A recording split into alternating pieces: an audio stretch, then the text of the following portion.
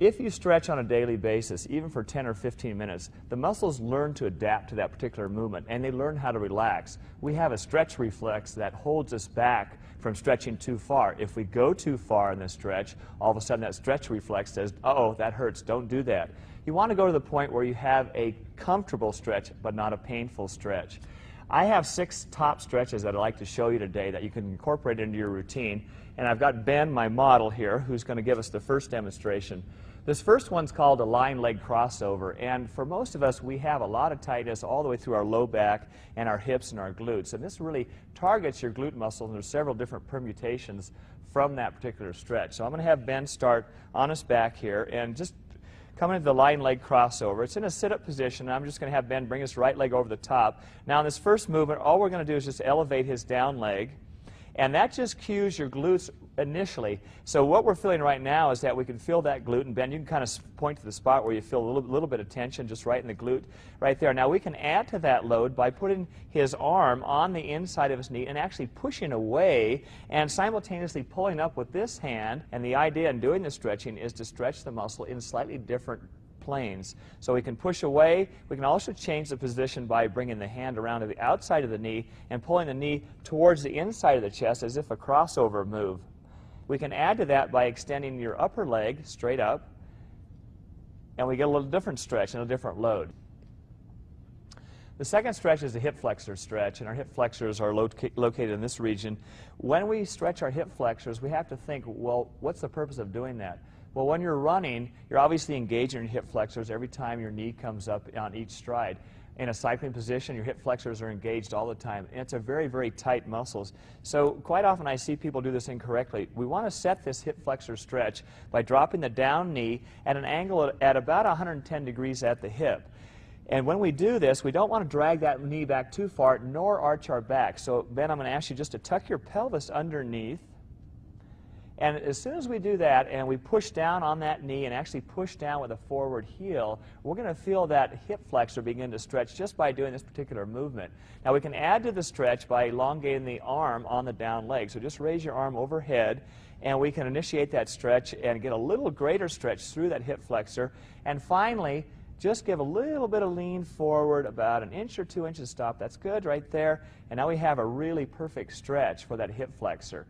This third stretch is the perfect piriformis hip glute stretch. Big mouthful, and it can be done a lot easier than trying to say it. The starting position for this stretch, I have Ben with his hands directly in front of his shoulders, just outside shoulder width, arms straight, chest real high, and chin high looking forward. Try not to arch the lower back. The heel actually is right in the crotch, and we're going to move that heel underneath our quad on the opposite leg in just a second. So on the first part of the stretch, you can actually push down on the opposite side as if pushing down with his hips, and you can actually get a little bit of hip flexor stretch to initiate that. The back leg is extended straight out behind with the toes pointed. Now I'm going to have you move your heel underneath your quad, Ben.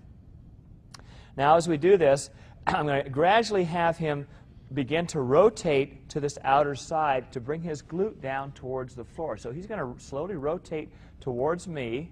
Keep his arms pretty straight as he's doing this. Bring his glute all the way down to the floor, and then just rotate back up 2 or 3 inches. So it's a very slow pulse where you're actually stretching it through that 2 or 3 inch range, where you can feel the muscles around your hip and that ball joint of your hip begin to stretch and also relax.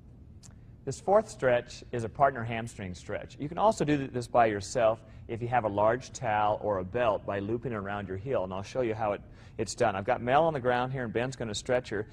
When we start this stretch, you want to make sure that to take the tension off your low back, you start with a bent knee position. You can gradually extend your down leg, but not to full extension when you're doing this stretch. So we're going to have Mel lift up her right leg, and Ben, I'd like you to grab around her heel cup, and also to put your hand on top of her foot so that her ankle's in a dorsiflex position. Now, when we're in this stretch, ideally we want Mel's leg to be nice and straight, and we can pulse this stretch, so we can just ease up just a little bit on it and allow her to come back, and then go forward again, and we'll see if we can increase her range of motion. Go ahead and push, Mel. 1, 2, 3, 4, 5, 6. Relax and bend. You see if we can just increase that range, and I can see it fairly well. We've gone to just shy of 90, now to about 110, and you're starting to wiggle a little bit, so we're probably at the point where you can feel a fair amount of discomfort, but it doesn't hurt.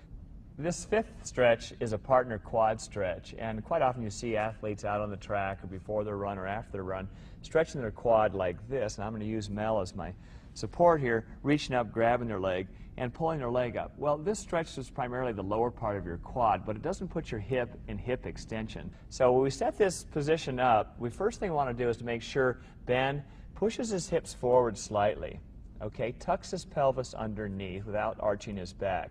The second thing is that Mel has her hand cupped underneath Ben's knee and also her hand on his toes.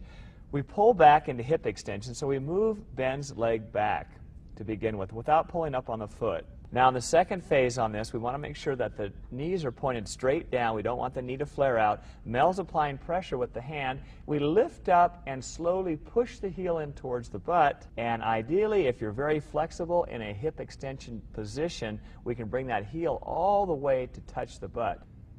This last stretch is called the shoulder back lat pec stretch. Now if you can say that, you're going to do it well. It hits the shoulder muscle, the lats, which are down the side, the pecs, which are in front, and also the back.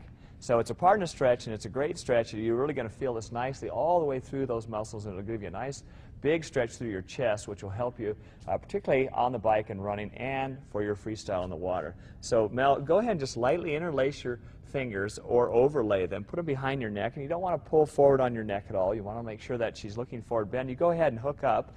We're going to go over the top of her arms, around the armpits, and then just have Ben interlace his fingers behind. The first part of this stretch is to pull back gently on her elbows, all right? And go ahead and bend, pull back lightly. And as she's doing this, she's going to begin to feel a stretch through her lats and also her pecs and her shoulders when she's doing this. Now the second part, we can ease up just a little bit, and we're going to put Mel on the rack and just lift straight up now. There we go. And Ben, you can keep coming up. All right. And go ahead and ease up again, but don't let go. Now this last one, we're just going to try to incorporate a slight half twist on this. So we're going to pull up on the left side and let the right side drop down. So go ahead and just twist, and we're pulling up, and we're going to feel it stretch all the way down. In fact, you're going to feel it stretch all the way down to your hip joint, and we'll go to the other side. And again, when we're doing these stretches, ideally if we can do each phase about 90 seconds to 2 minutes and not as quickly as we're running through these. All 6 of these stretches can be incorporated into your routine, either before or after your sessions, or even at night if you have time where you're relaxing. Just to put in these 6 stretches, you're going to find that your range of motion is going to be enhanced and hopefully prevent some injuries down the road.